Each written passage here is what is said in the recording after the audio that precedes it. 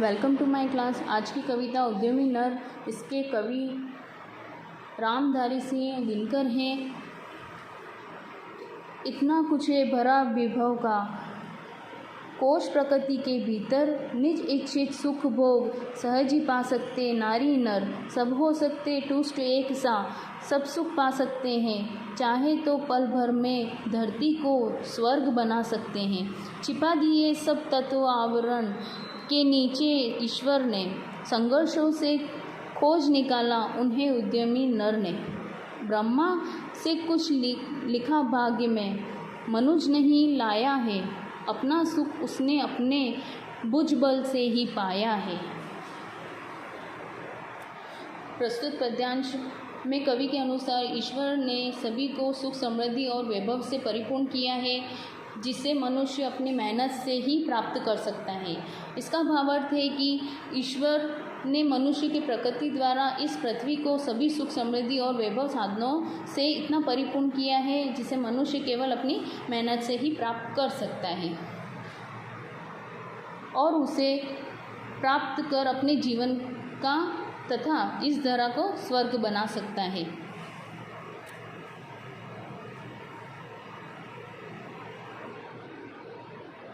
इस धरा के घर में इतने संसाधनों से परिपूर्ण है जो नर उद्यमी होते हैं अर्थात परिश्रमी होते हैं, वे केवल भाग्य के भरोसे न बैठकर अपने परिश्रम द्वारा अर्जित कर लेते हैं और अपने जीवन को सुखी बना लेते हैं।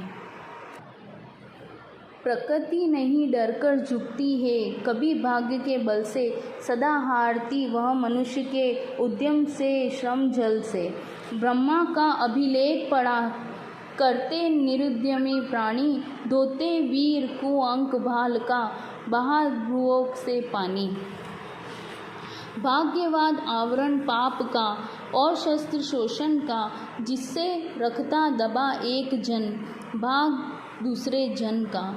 पूछो किसी भाग्यवादी से, यदि विधि अंक प्रबल है, पद पर क्यों देती न स्वयं वसुधा निज रतन उगल है। कवि कहते हैं, बिना परिश्रम के कोई भी वस्तु प्राप्त नहीं हो सकती। परिश्रमी मनुष्य अपने भाग्य के भरोसे न बैठकर पहाड़ को चीर कर भी अपना रास्ता बना लेते हैं। उद्यमी नर अपने परिश्रम से भाग्य को भी हरा देते हैं। भाग्यवाद का रोना एक तरह से पाप का आवरण है, एक समान शस्त्र के समान है, जिसका उपयोग करके एक मनुष्य दूसरे मनुष्य को शोषण करता है। कवि कहते हैं कि अगर किसी भाग्यवादी मनुष्य से पूछो कि वो अपने भाग्य के बल पर पृथ्वी में छिपे रत्न को निकाल सकता है, नहीं। रत्न को निकालने के लिए तो पृथ्वी के धरा को खोदना ही पड़ेगा, वो भी परिश्रम के द्वारा।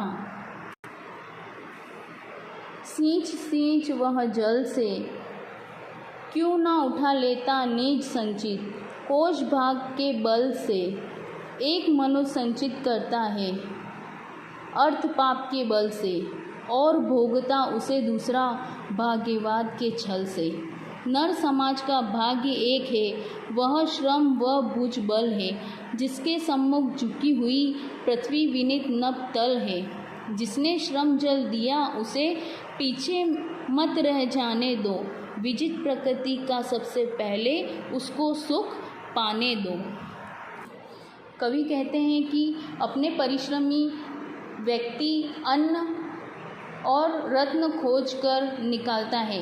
एक व्यक्ति परिश्रमी होता है, वो अन्न और रत्न खोज कर निकालता है और सबसे पहले उस अन्न जल और रत्नों पर उसका पहला अधिकार होता है, जिसे वह खोजता है, ना कि उन मनुष्य का जो भाग्य के भरोसे बैठकर उनसे छीन लेते हैं। कवि कहते हैं कि परिश्रमी मनुष्य के आगे प्रकृति भी अपनी हार मान लेती है। कवि कहते हैं कि ईश्वर प्रकृति द्वारा पृथ्वी पर जल वर्षा कर अन्न उपजाने का साधन बनाते हैं, किंतु मनुष्य को स्वयं ही हल चलाकर बीज बोकर अन्न उगाना पड़ता है और उसकी फसल पकने तक उसकी रक्षा भी अपने परिश्रम द्वारा करनी पड़ती है। तभी जाकर उसे खाने के लिए अन्न प्राप्त होता है। किंतु कुछ मनुष्य जो छल प्रपंचित द्वारा धन एकत्रित करके भाग्य का जोर दिखाते हैं, जो कि मात्र एक छलावा है, जिससे वह दूसरों को नहीं अपितु अपने आप को धोखा देते हैं।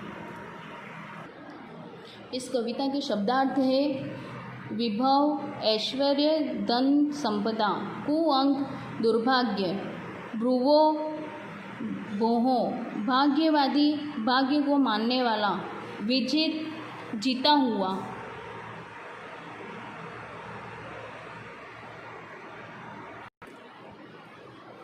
विजित, जीता हुआ, तुष्ट, तृप्त, आवरण, पर्दा, उद्यमी, मेहनती, सम्मुख, सामने, अर्थ, धन, संपदा, मनुज, मानव, भुजबल, बाहुबल, अभिलेख, लिखा हुआ, वसुधा, पृथ्वी, श्रम, जल, पसीना।